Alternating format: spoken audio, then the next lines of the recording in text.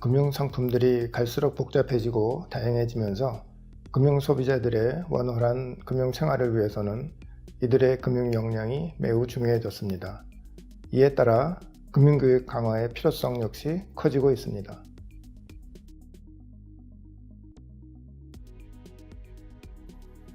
최근 우리나라는 가계부채의 급증, 은퇴 후 노후자산의 부족 등 사회 경제적 문제가 크게 대두되면서 국민들의 합리적인 금융생활을 위한 금융교육의 필요성이 지속적으로 제기되어 왔습니다. 이에 따라 2017년 1월 정부는 금융소비자의 금융역량 강화를 위해 수요자 맞춤형 금융교육 추진 방안을 발표하였습니다. 이는 2013년과 2015년에 발표된 금융교육 정책 방안의 후속으로 제시된 것으로 신용관리, 노후 대비, 청소년 및 대학생, 금융소외자 등에 대한 맞춤형 금융교육 추진 방안입니다.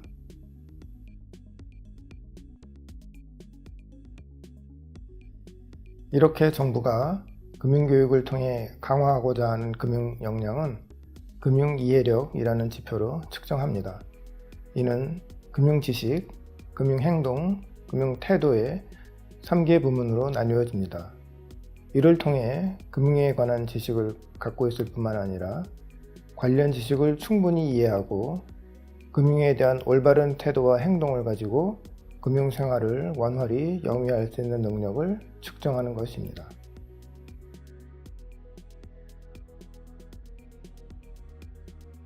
우리나라는 2012년부터 2년마다 금융이해력을 측정하고 있습니다.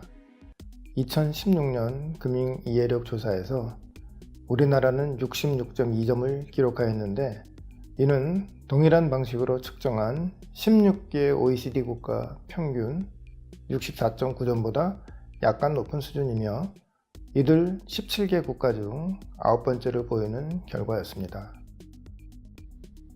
부문별로 살펴보면 금융지식 수준에 비해 금융행동과 금융태도 수준이 상대적으로 낮게 나타났고 OECD 국가 평균에 비해서도 우리나라의 금융태도 부문이 취약함을 알 수 있습니다.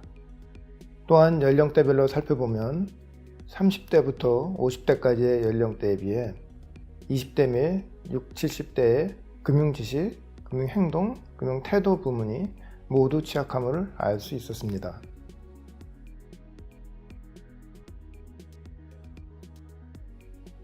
부문별로는 우리나라의 금융행동 및 금융태도가 부진한 것으로 나타났기 때문에 이들 부문을 향상시킬 수 있는 방안이 필요합니다.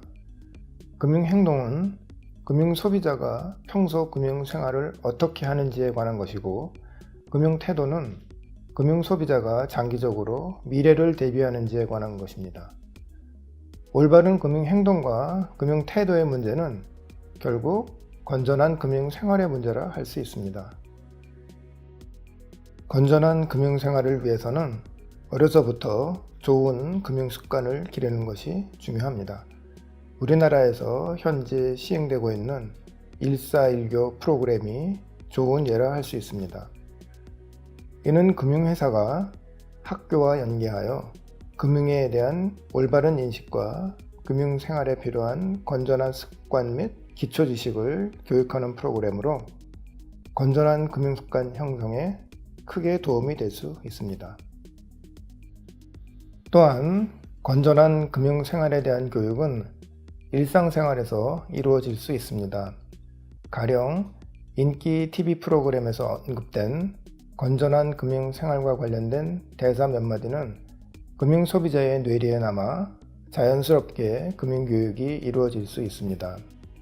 대중매체 콘텐츠를 통한 일상에서의 금융생활 교육은 인지능력 저하로 새로운 금융지식 습득이 어려운 은퇴 후 세대에게도 효과적인 교육 방식이 될 것입니다. 마지막으로 우리는 금융이해력 조사에서 20대의 금융지식 수준이 낮다는 사실을 확인하였습니다. 20대는 인지능력이 가장 왕성한 연령대이기 때문에 이 시기에 올바른 금융지식 교육이 이루어져야 할 것입니다. 따라서 대학교에서는 실생활과 접목된 전반적인 금융지식 교육을 시행해야 하며 수학적 금융기법까지 포함된 수준 높은 금융교육도 고려해 볼 필요가 있을 것입니다.